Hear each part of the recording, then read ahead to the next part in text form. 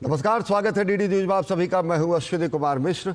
आइए सबसे पहले नजर डालते हैं दिन भर की सुर्खियों पर। लेक्स फ्रीडमैन के पॉडकास्ट में प्रधानमंत्री नरेंद्र मोदी ने देश और दुनिया से जुड़े तमाम मसलों पर की विस्तार से बातचीत। कहा, दुनिया में कहीं हो आतंकवाद, पाकिस्तान से जुड़े हैं तार। पाकिस्तान के साथ हर बार हुए भारत के सकारात्मक प्रयासों के मिले हैं नकारात्मक परिणाम। चीन के साथ असहमतियों को विवाद में न बदलने की बताई जरूरत।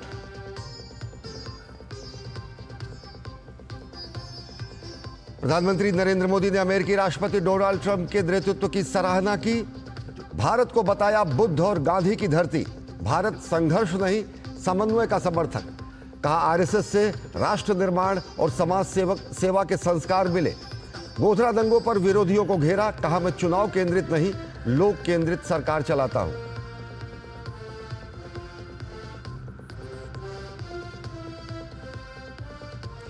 केंद्रीय गृह एवं सहकारिता मंत्री अमित शाह ने गुवाहाटी में पूर्वोत्तर राज्यों में 3 नए आपराधिक कानूनों के कार्यान्वयन पर समीक्षा बैठक की अध्यक्षता की।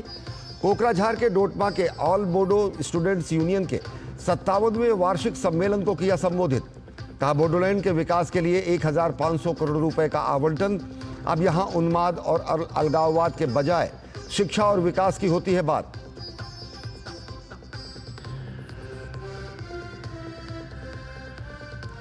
रायसीना डायलॉग के लिए दिल्ली पहुंचे न्यूजीलैंड के प्रधानमंत्री क्रिस्टोफर लक्सन। विदेश मंत्री डॉक्टर एस जयशंकर से हुई मुलाकात।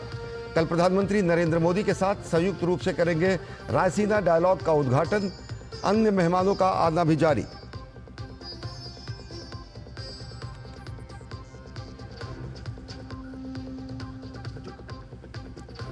बलूचिस्तान लिबरेशन आर्मी का पाकिस्तानी सेना के काफिले पर आत्मघाती हमला।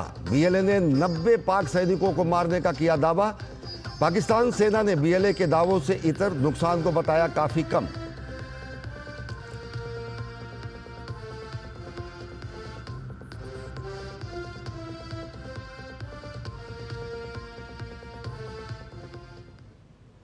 और अब देखते हैं खबरों को विस्तार से। प्रधानमंत्री नरेंद्र मोदी ने प्रसिद्ध पॉडकास्ट होस्ट लेक्स फ्रीडमैन के साथ बातचीत में विभिन्न मुद्दों पर विस्तार से चर्चा की। प्रधानमंत्री ने भारत की विकास गाथा से लेकर विदेश नीति और अंतर्राष्ट्रीय मुद्दों तक सभी सवालों के जवाब दिए।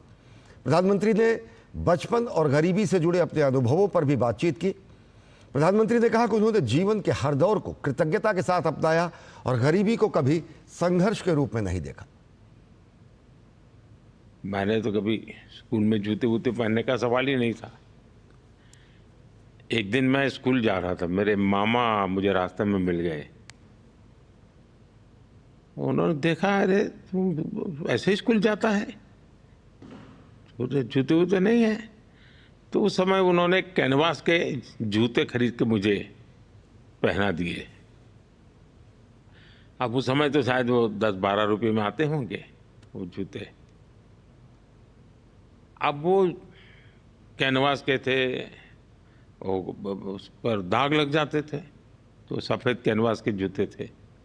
तो मैं क्या करता था, स्कूल में जब शाम को स्कूल छूट जाती थी तो मैं थोड़ी देर स्कूल में रुकता था, और जो टीचर ने चॉकस्टिक का उपयोग किया है और उसके टुकड़े जो फेंके होते थे वो 3-4 कमरों में जाके इकट्ठा करता था, और वो चॉपस्टिक के टुकड़े घर ले आता था, और उसको मैं भिगो करके पॉलिश बना के मेरे कैनवास के जूते पर लगा करके चमकदार वाइट बना करके जाता था।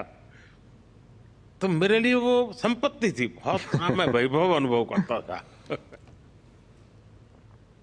प्रधानमंत्री नरेंद्र मोदी ने राष्ट्र सेवा की भावना के साथ घर बार छोड़ देने और उससे मिले अनुभवों का भी जिक्र किया।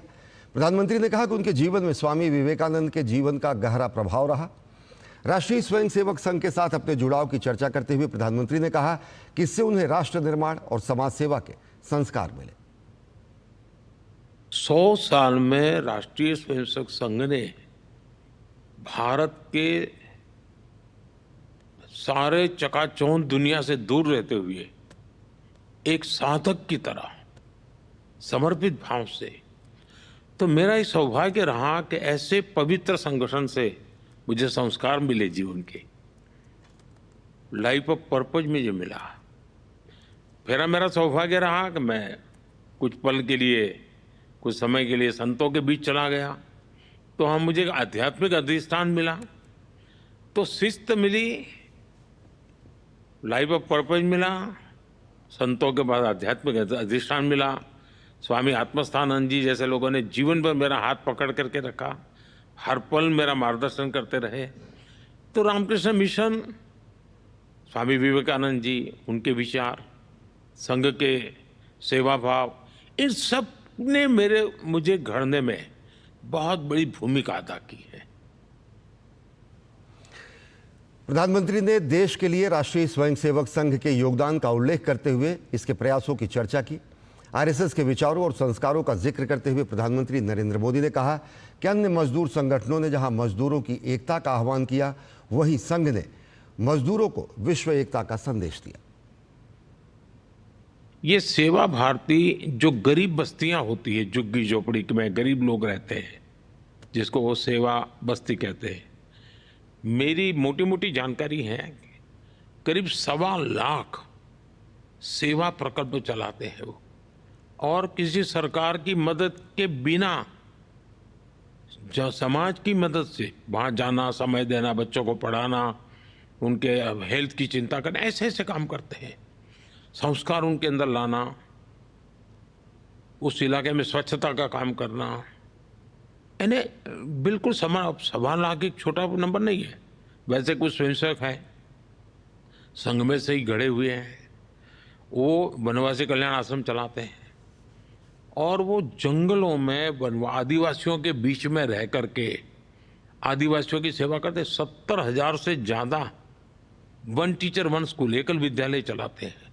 और अमेरिका में भी कुछ लोग हैं जो उनको लिए शायद $10 या $15 का डोनेशन करते हैं इस काम के लिए, और वो कहते हैं कि एक कोका कोला नहीं पीनी है इस महीने, एक कोका कोला मत पियो और उतना पैसा ये एकल विद्यालय को दो।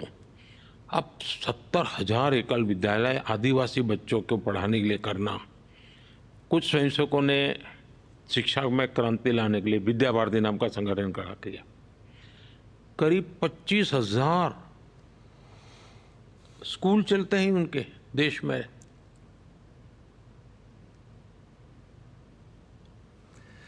महात्मा गांधी पर प्रधानमंत्री नरेंद्र मोदी ने कहा कि मुगलों से लेकर अंग्रेजों तक देश में हर दौर में आज़ादी के लिए संघर्ष किया गया।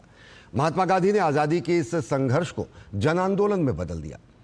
पॉडकास्ट होस्ट लेक्स फ्रिडमैन ने महात्मा गांधी को 20वीं शताब्दी का और प्रधानमंत्री नरेंद्र मोदी को 21वीं शताब्दी का महान नेता बताया। इस पर प्रधानमंत्री नरेंद्र मोदी ने कहा कि महात्मा गांधी हर सदी के लिए महान है। ये तुलना करना उचित नहीं होगा कि 20वीं सदी के महान नेता गांधी थे। वो 20वीं हो, 21वीं हो या 22वीं हो, गांधी महान नेता हर सदी के लिए है। आने वाली सदियों तक महात्मा गांधी रहने वाले हैं, क्योंकि मैं उनको उसी रूप में देखता हूँ और आज भी मैं उनको रिलेवेंट देख रहा हूँ। जहाँ तक मोदी का सवाल है, मेरे पास एक दायित्व है लेकिन दायित्व उतना बड़ा नहीं है जितना कि मेरा देश बड़ा है। व्यक्ति इतना महान नहीं है जितना कि मेरा देश महान है। और मेरी जो ताकत है वो मोदी नहीं है। 140 करोड़ देशवासी, हजारों साल की महान संस्कृति परंपरा, वो ही मेरा सामर्थ्य है। इसलिए मैं जहाँ भी जाता हूँ तो मोदी नहीं जाता है। हजारों साल की वेद से विवेकानंद की महान परंपरा को 140 करोड़ लोग उनके सपनों को लेकर के, उनको आकांक्षाओं को लेकर के मैं निकलता हूँ। और इसलिए मैं कि दुनिया के किसी नेता को हाथ मिलाता हूँ ना, तो मोदी हाथ नहीं मिलाता है, 140 करोड़ लोगों का हाथ होता है वो। तो सामर्थ्य मोदी का नहीं है, सामर्थ्य भारत का है। प्रधानमंत्री ने गुजरात के मुख्यमंत्री के तौर पर और देश के प्रधानमंत्री के तौर पर अपने अनुभवों पर भी चर्चा की। 2002 के गुजरात की घटना से जुड़े सवाल का जवाब देते हुए प्रधानमंत्री ने कहा कि विमान अपहरण, संसद पर हमला और 9/11 जैसे वारदातों के बैकग्राउंड में वो बेहद संवेदनशील समय था। प्रधानमंत्री ने गुजरात दंगों पर किए गए दुष्प्रचार का तथ्यों के साथ जवाब दिया। 2002 से पहले गुजरात में 250 से ज्यादा बड़े दंगे हुए थे और 1969 में जो दंगे हुए थे वो तो करीब 6 महीना चले थे। अरे तब तो हम कहीं थे ही नहीं दुनिया के उस चित्र में, उस समय की मैं बताऊँ।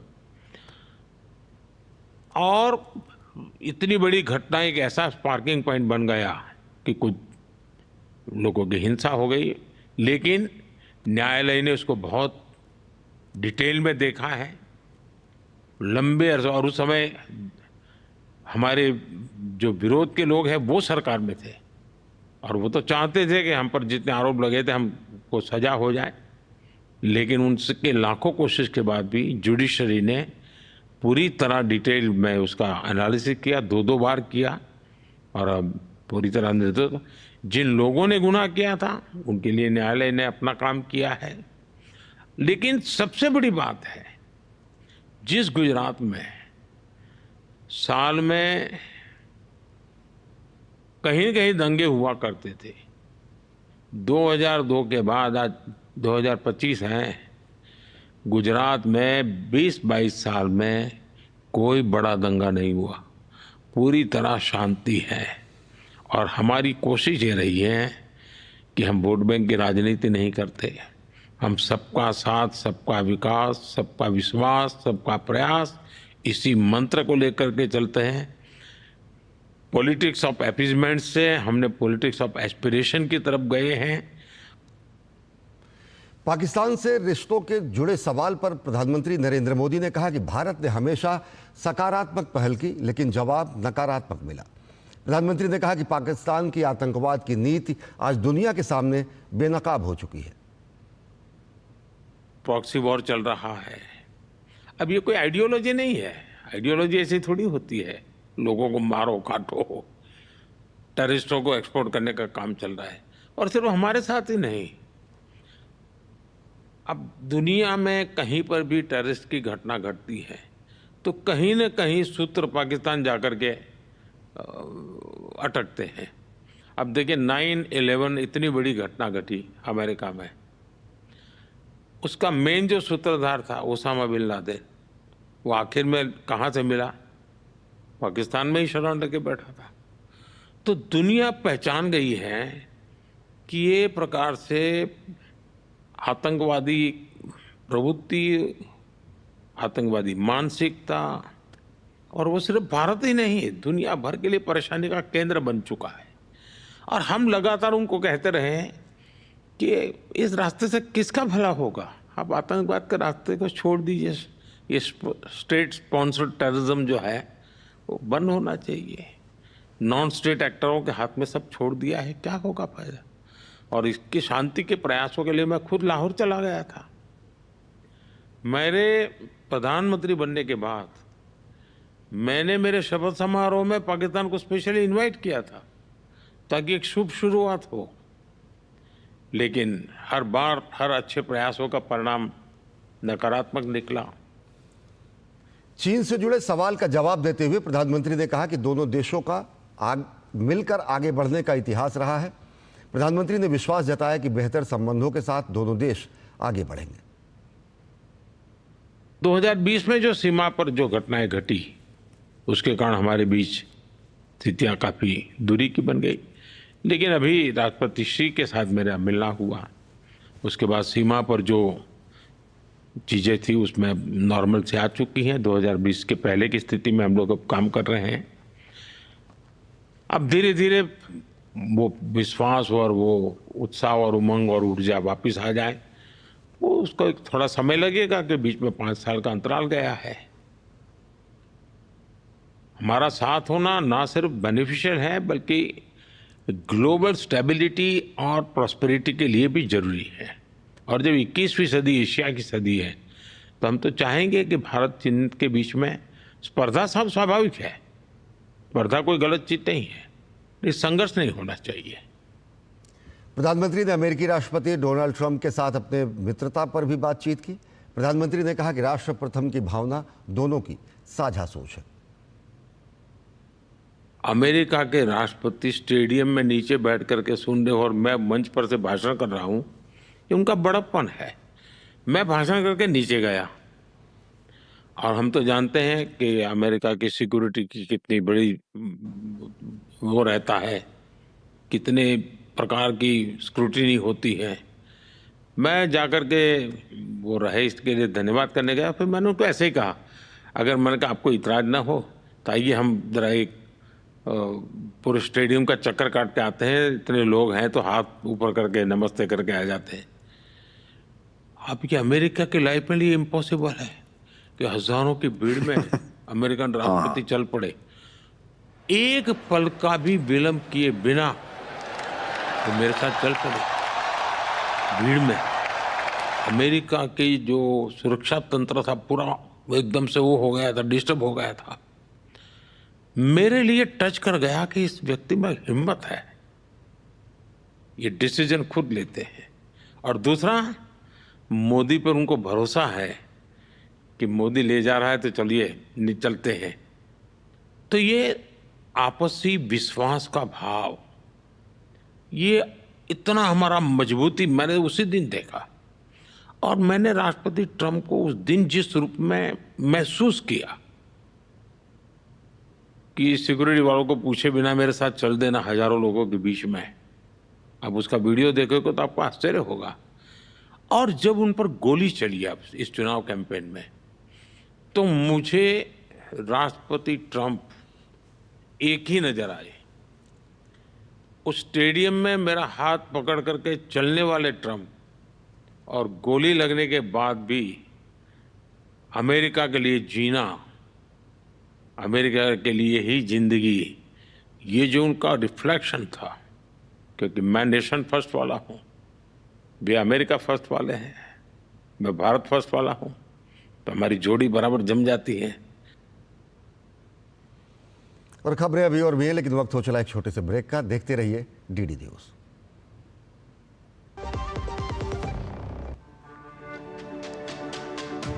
मेरी पसंद, मेरी पसंद,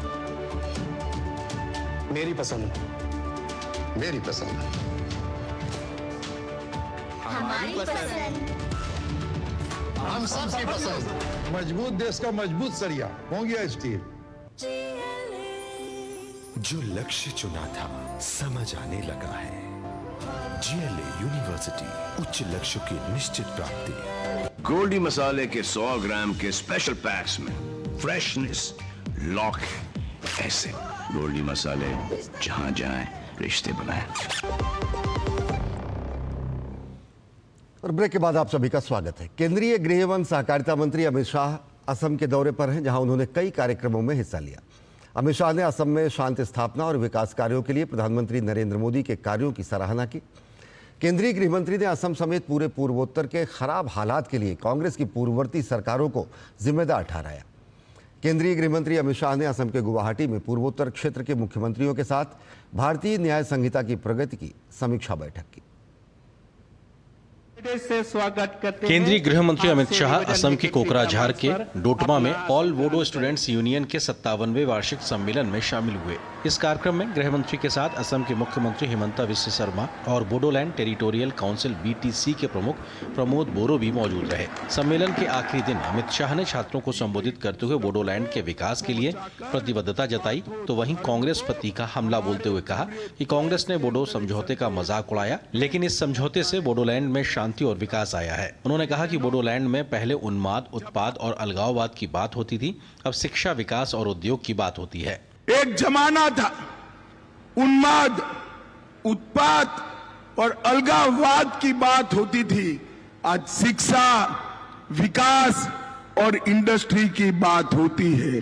भाइयों बहनों, आज मैं यहां आया हूं तब ये बताने आया हूं कि बोडोलैंड के विकास के लिए भारत सरकार और असम सरकार ने 1500 करोड़ रुपया केवल 35 लाख लोगों की आबादी में 1500 करोड़ रुपया आवंटित करने का काम हमारे नेता नरेंद्र मोदी जी ने किया है। 27 जनवरी 2020 को जब बीटीआर शांति समझौते पर हस्ताक्षर हुए, एक कांग्रेस पार्टी मेरा मजाक उड़ाती थी कि सब लोग रुक गए, ये बोडोलैंड में शांति नहीं होगी और ये समझौता मजाक हो जाएगा। भाइयों बहनों, आज समझौते की 82% शर्तों को आसाम सरकार और दिल्ली सरकार ने समाप्त कर दिया है, समाप्त कर दिया।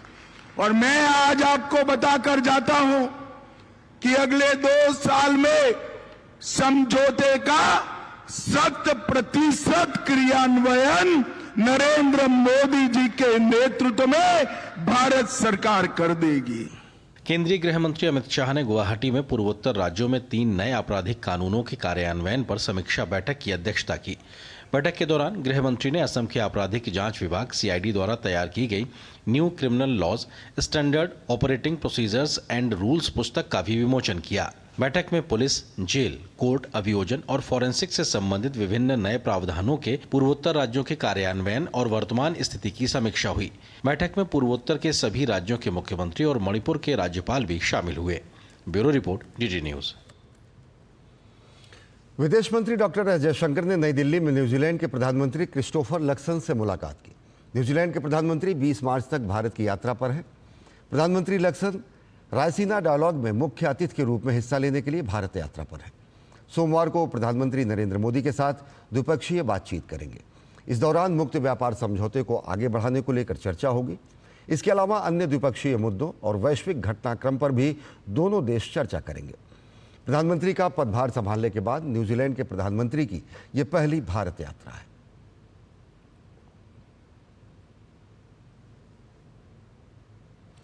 और 5 दिनों के अंदर पाकिस्तान के बलूचिस्तान में एक और बड़ा हमला हुआ। बलूचिस्तान लिबरेशन आर्मी यानी बीएलए ने आज पाकिस्तान आर्मी के काफिले पर आत्मघाती हमला किया, जिसमें बीएलए ने 90 पाकिस्तानी सैनिकों को मारने का दावा किया है। इससे पहले बीएलए ने पाकिस्तान में एक ट्रेन को भी कब्जे में ले लिया था और 200 से अधिक लोगों को मारने का दावा किया था। पाकिस्तान सेना ने बीएलए दावों से इतर नुकसान को काफी कम बताया है। बलूच लड़ाके बलूचिस्तान को पाकिस्तान से अलग देश बनाने की लड़ाई लड़ रहे हैं। पाकिस्तान के बलूचिस्तान में आजादी की लड़ाई लड़ रही बलूचिस्तान लिबरेशन आर्मी यानी बीएलए ने एक सप्ताह के अंदर एक और बड़ा हमला करके पाकिस्तान को बड़ी चुनौती दी है।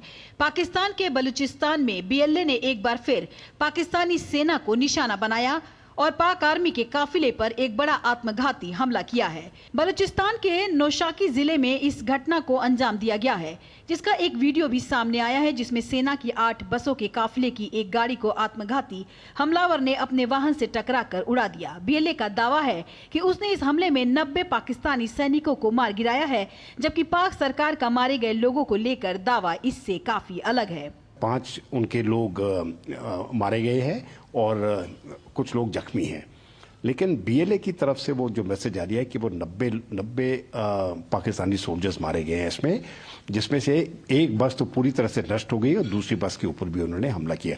8 बसेस की कॉन्वॉय थी ये। अभी मुझे जब मैं इसको एनालाइज करता हूं तो जो पाकिस्तान के फिगर्स हैं वो मुझे लगता है बहुत ही कम है। बीएलए की क्रेडिबिलिटी बहुत है, क्योंकि जिस इलाके में वो उन्होंने किया वो तो उनके कब्जे में थे लोग, तो मुझे तो लगता है उन्होंने वो मार दिया है और पाकिस्तान इसके ऊपर चुप्पी रख रहा है। बीएलए द्वारा जारी वीडियो में एक बस को हमला बनाए जाने के बाद बलूच आर्मी के लड़ाकों ने बाकी बसों में सवार सेना के जवानों को निशाना बनाया और बसों में आग लगा दी। बलूचिस्तान के नौशाकी से आई तस्वीरों में जली हुई बसें भी दिखाई पड़ रही हैं। रक्षा विशेषज्ञों का मानना है कि बलूच लड़ाके लगातार पाकिस्तान सेना को हमला बनाकर अपनी आवाज बुलंद कर रहे हैं और पाकिस्तानी सेना द्वारा बलूचिस्तान में चलाए जा रहे दमनकारी नीतियों पर दुनिया का ध्यान खींच रहे हैं। पाकिस्तानी आर्मी का कॉन्वॉय सेफ नहीं है। पाकिस्तान आर्मी ने ऑलमोस्ट 40,000 ट्रुप्स को डिप्लॉय किया हुआ है चाइना पाकिस्तान इकोनॉमिक कॉरिडोर को सेफ रखने के लिए। लेकिन सीपेक को सेफ रखना ये अलग ही बात है, लेकिन अगर वो खुद को सेफ नहीं रख सकते और इतनी सारी कैजुअल्टीज उनके ऊपर होती है तो उनके लिए ये खराब बात है, जिससे चाइना बहुत ही नाखुश हो गया है। चाइना का सोचना है कि पाकिस्तान आर्मी की क्षमता सीपेक कॉरिडोर को प्रोटेक्ट करने की, खुद को प्रोटेक्ट करने की काफी कमजोर हो गई है। एक सप्ताह के भीतर बलूच विद्रोहियों का ये दूसरा बड़ा हमला है। इसके पहले बीते मंगलवार को बीएलए ने क्वेटा से पेशावर जाने वाली जाफर एक्सप्रेस ट्रेन का अपहरण कर लिया था। ट्रेन में करीब 450 से ज्यादा यात्री सवार थे। ट्रेन पर कब्जा करने के बाद बीएलए ने बुजुर्गों, महिलाओं और बच्चों को जाने दिया था। बुधवार की रात भी पाकिस्तानी सेना ने दावा किया कि उसने सभी बंधकों को रिहा करा लिया है। इसने 33 बीएलए लड़ाकों को मारने का दावा किया, लेकिन बलूच लड़ाकों ने दावा किया कि बंधक अभी भी उनके कब्जे में हैं। बाद में बीएलए ने कहा कि उसने 214 बंधकों को मार दिया जो पाकिस्तानी सेना के जवान थे। दोनों पक्षों के दावे अलग अलग थे, लेकिन पाकिस्तान से ऐसी कई तस्वीरें सामने आई थीं जिससे मरने वालों की संख्या बहुत ज्यादा होने का अनुमान लगाया जा रहा है। पाकिस्तान के बलूचिस्तान में दशकों से मानवाधिकारों का हनन हो रहा है, जिसके चलते बलूच आर्मी जैसे संगठन लंबे समय से अपनी आजादी की लड़ाई लड़ रहे हैं और पाकिस्तान को बेनकाब कर रहे हैं। Bureau report, DD news. और भारत में कई आतंकवादी हमलों का जिम्मेदार और लश्कर तैयबा का आतंकवादी अबू कताल मारा गया है। भारत का मोस्ट वांटेड आतंकी पाकिस्तान के झेलम के दीना में किसी अज्ञात बंदूकधारी ने गोली मारकर इसकी हत्या कर दी। अबू कताल को लश्कर तैयबा के प्रमुख हाफिज सईद का सबसे करीबी माना जाता है। पाकिस्तान की सुरक्षा एजेंसियां जहां कातिल तक पहुंचने की कोशिश कर रही हैं, वहीं भारत में सुरक्षा जानकारों का मानना है कि भारत में आतंकवाद फैलाने वाले इस आतंकवादी का यही अंजाम होना चाहिए था। एलईडी आतंकी अबू कताल ढेर भारत का मोस्ट वांटेड बना गोलियों का शिकार। आतंकी अबू कताल को मिली गुनाहों की सजा। भारत का मोस्ट वांटेड लश्कर तैयबा का आतंकी अबू कताल पाकिस्तान में मारा गया। मीडिया रिपोर्ट्स के मुताबिक पाकिस्तान के झेलम के दीना में अज्ञात बंदूकधारियों ने उसे गोली मार दी। अबू कताल को फैसल नदीम के नाम से भी जाना जाता था। अबू कताल 2023 के राजौरी हमले और 2024 के रियासी बस हमले में वांछित था। जम्मू कश्मीर में कई घातक हमलों को अंजाम देने में अपनी भूमिका के कारण कताल राष्ट्रीय जांच एजेंसी NIA और भारतीय सेना सहित भारतीय सुरक्षा एजेंसियों के लिए वांछित था। सुरक्षा विशेषज्ञ अबू कताल के मारे जाने को आतंकवाद के खिलाफ जंग के लिए बड़ी कामयाबी मान रहे हैं। जहाँ तक अबू कताल की बात है, ये तो तय हो गया, वो मारा गया है, तो एक टेररिस्ट कम हो चुका है। लश्कर तैयबा एक सबसे इम्पोर्टेंट ऑर्गेनाइजेशन है दहशतवादी कि जो जम्मू कश्मीर में दहशतवाद चलाती है। अगर उनका मुखिया मारा जाए तो उनके लिए ये एक बहुत बड़ा लॉस है। अबू कताल का मारा जाना अच्छा है भारत के लिए, और ये इन्वॉल्व था। अगर आप याद करें, पिछले साल 9 जून को जब प्राइम मिनिस्टर ओथ ले रहे थे, उसी वक्त लगभग उसी वक्त अटैक हुआ था। शिवकोट बस में यात्री आ रहे थे, उसमें 12-13 यात्री मारे गए थे और बहुत सारे जख्मी हुए थे। उसका मास्टरमाइंड था ये अबू कताल। 26/11 मुंबई आतंकी हमलों के मास्टरमाइंड हाफिज सईद के करीबी सहयोगी अबू कताल ने 9 जून 2024 को जम्मू कश्मीर के रियासी जिले में हिंदू तीर्थयात्रियों को ले जा रही बस पर हमले में अहम भूमिका निभाई थी। वह पाकिस्तान अधिकृत कश्मीर के खोरेटा लॉन्च पैड का कमांडर था। राजौरी पुंछ क्षेत्र में घुसपैठ और हमलों के प्रयास उसकी ही निगरानी में होते थे। अबू कताल 2023 के राजौरी आतंकवादी हमले में भी शामिल था, जहां आतंकवादियों ने 1 जनवरी को ढांगरी गांव में नागरिकों को निशाना बनाया और अगले दिन IED विस्फोट किया था। इन हमलों में 2 बच्चों समेत 7 लोगों की जान चली गई थी और कई अन्य घायल हो गए थे। व्यापक जांच के बाद NIA ने 5 आरोपियों के खिलाफ चार्जशीट दाखिल की थी, जिनमें पाकिस्तान स्थित लश्कर तैयबा के 3 कमांडर अबू कताल, सैफुल्ला उर्फ साजिद जट और मोहम्मद कासिम शामिल थे। NIA की जांच में अबू कताल का नाम प्रमुख रूप से सामने आया, जिसमें पाकिस्तान स्थित लश्कर तैयबा के हैंडलर्स की भूमिका उजागर हुई, जो आतंकवादियों को सीमा पार भेजने और नागरिकों, खासकर अल्पसंख्यक समुदाय के लोगों और सुरक्षा बलों को निशाना बनाने के लिए भर्ती करते थे। Bureau report, DD news. तो बुलेटिन में फिलहाल इतना ही। देश और दुनिया की ताज़ा तरीन खबरों के लिए देखते रहिए DD न्यूज़। नमस्कार।